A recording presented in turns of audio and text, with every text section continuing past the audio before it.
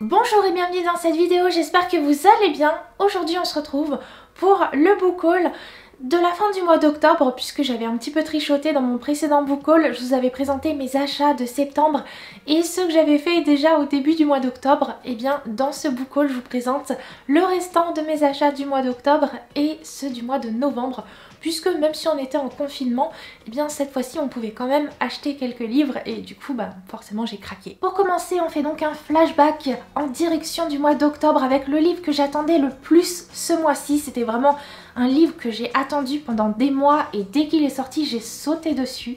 Et ce livre c'est Anne de Green Gables par Lucy Maud Montgomery, publié chez les éditions Monsieur Toussaint l'Aventure, qui a choisi de rééditer le premier tome de cette saga, puisque c'est une grande saga, il y a pas mal de tomes. Et là ça y est, on a le tout premier qui est ressorti chez nous dans cette superbe édition qui est reliée, donc tout en dur comme ça. Elle est vraiment trop jolie et je suis tellement contente parce que j'ai adoré la série. Donc si vous ne le savez pas, la série Anne with an E est adaptée de ce roman à la base et la série est maintenant terminée, on n'a plus rien à se mettre sous la dent et du coup quoi de mieux que se plonger dans le livre pour retrouver cet univers. Donc si vous ne le savez pas, si vous ne connaissez pas cette histoire, on suit Anne qui est une orpheline et qui va se retrouver adoptée par Marilla et Matthew qui sont un frère et une sœur, qui à la base ont envie d'adopter un enfant, notamment un garçon, pour qu'il puisse les aider à la ferme. Mais finalement ils vont se retrouver avec Anne et ça va vraiment coller entre eux. Et même si c'est pas un garçon Anne, eh bien ce n'est pas grave parce que Anne c'est cette personnalité qui est tellement attachante, c'est une jeune fille avant-gardiste, une jeune fille qui est différente des autres, une jeune fille avec beaucoup d'imagination, très optimiste, une personnalité à laquelle on ne peut que s'attacher et forcément ça, Matthew et Marilla, ils ne peuvent que s'attacher à Anne et du coup dans ce livre on suit les aventures d'Anne et j'ai trop hâte tout simplement de redécouvrir cet univers depuis le tout début, puis de découvrir aussi ce qui se passe dans le livre parce que je me doute bien qu'il y a des petites différences avec la série. Ensuite j'ai craqué pour Vampiria, la cour des ténèbres par Victor Dixon, publié chez Robert Laffont dans leur collection R. Pourquoi j'ai craqué pour ce livre? Pour 3 raisons. Déjà, Victor Dixon, parce que j'ai beaucoup aimé Cogito et encore plus sa saga Phobos. Ensuite parce que on parle de vampires et donc là forcément je suis complètement emballée.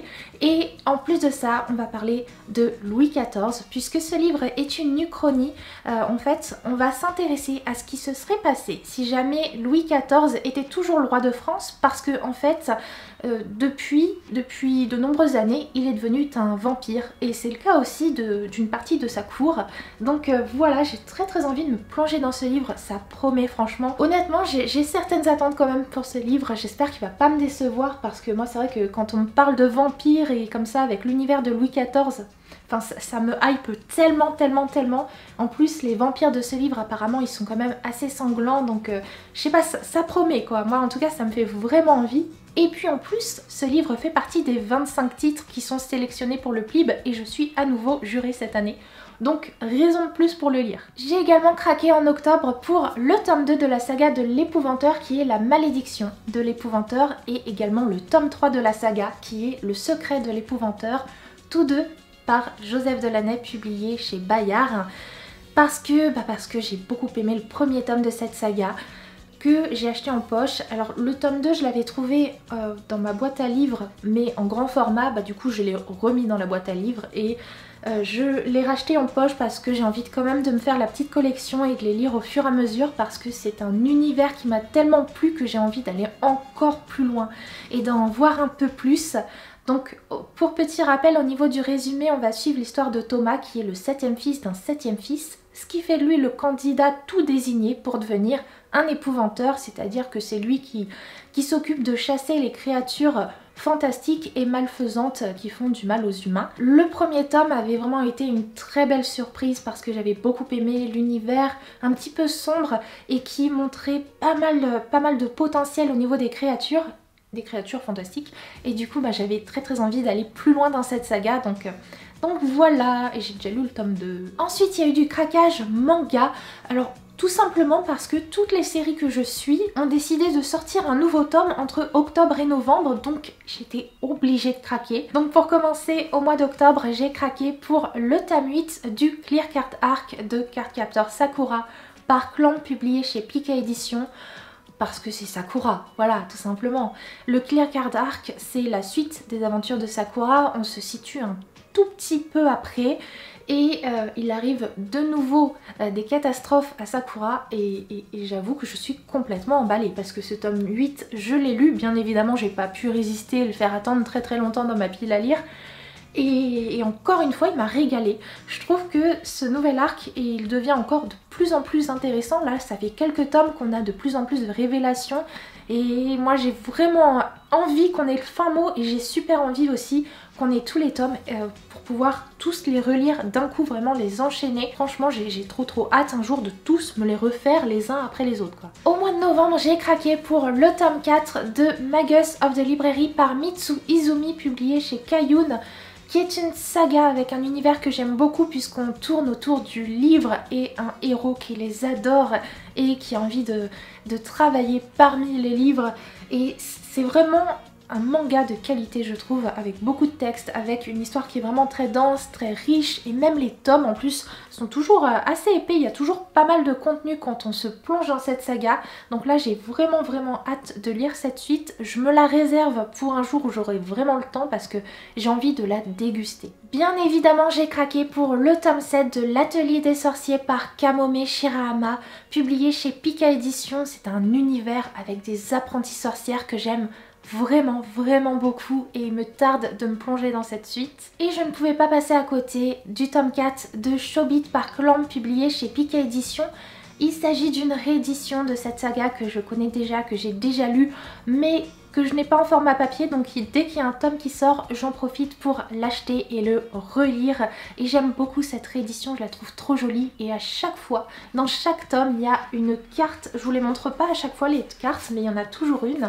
Là cette fois-ci elle est comme ceci. Shobit, c'est vraiment un univers que j'aime beaucoup puisque finalement on est dans notre monde, dans notre réalité, mais les ordinateurs ont forme humaine et du coup ça forcément ça complique certaines choses et ça amène certaines réflexions. On retourne au roman puisque j'en ai acheté quelques-uns au mois de novembre et pour commencer il y a Vous faites quoi pour Noël par Karen Pente, publié chez Pocket, qui vient tout juste de sortir en poche et ça tombe bien parce que j'avais très envie de le lire cet hiver, donc je me suis jetée dessus, surtout que j'en ai entendu vraiment que du bien.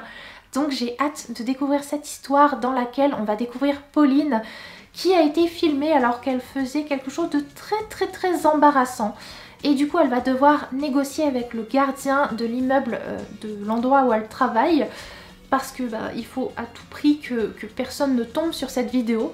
Et du coup j'ai envie d'en savoir plus parce que ça promet, ça a l'air hyper feel good et en plus ça se passe pendant Noël donc voilà quoi, ça a l'air juste... ça a l'air juste assez fun quoi. Les éditions du Chat Noir m'ont très gentiment envoyé Sous les sabots des dieux par Céline Chevet et je suis vraiment super contente parce que Céline Chevet, j'ai adoré sa plume lorsque j'ai lu Les Chaînes du Silence et j'avais hâte de la retrouver avec ce nouveau roman, même si l'histoire a l'air un petit peu compliquée au niveau du résumé. Si j'ai bien compris, on se situe en Corée et on va suivre Aneul qui est une prêtresse et Aneul va se retrouver un petit peu plongée dans un univers entre amour, politique, trahison, foi. Enfin vraiment il y a plein de choses qui vont se mélanger dans ce récit. Je pense que c'est un univers qu'on comprend encore mieux une fois qu'on l'a découvert et qu'on a lu ce livre. Et de toute façon pour ma part ça va bientôt être fait puisque ce livre fait partie de ma pile à lire pour le Call Winter Challenge et qu'il fait aussi partie des 25 sélectionnés pour le PLIB, donc ça me fait 2 raisons de lire ce livre au plus vite. Et pour terminer, le jour où les librairies ont rouvert, j'y suis allée, je suis allée dans ma librairie et je suis tombée sur un livre. Je savais même pas qu'il était sorti, mais dès que je l'ai vu, c'était une évidence que je craque pour Persuasion de Jane Austen, publié chez les éditions Hauteville, donc il fait partie, comme ses frères, de cette très belle collection de livres reliés, avec une trop belle couverture et en plus avec des illustrations à l'intérieur. Donc Persuasion faisant partie de mes livres de Jane Austen préférés.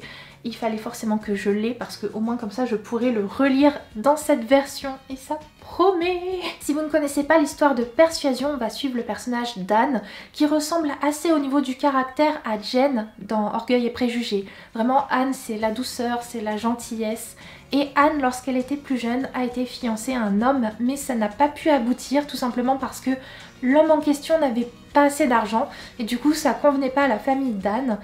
Mais quelques années plus tard, il est devenu capitaine, et il revient dans la vie d'Anne, et peut-être qu'il a toujours des sentiments pour elle. Vraiment, c'est un titre de Jane Austen que je vous recommande. Persuasion, il est vraiment top. Voilà pour mes achats livresques de la fin du mois d'octobre et du mois de novembre. J'espère vous avoir peut-être donné envie de recevoir ces livres à Noël, ou peut-être aussi de les offrir, notamment ces deux-là, qui sont quand même des vraies merveilles. Franchement, autant se faire plaisir et faire plaisir aussi aux autres avec des beautés pareilles. En tout cas pour cette vidéo c'est désormais terminé. Je vous fais de très gros bisous et on se retrouve tout bientôt pour une nouvelle vidéo.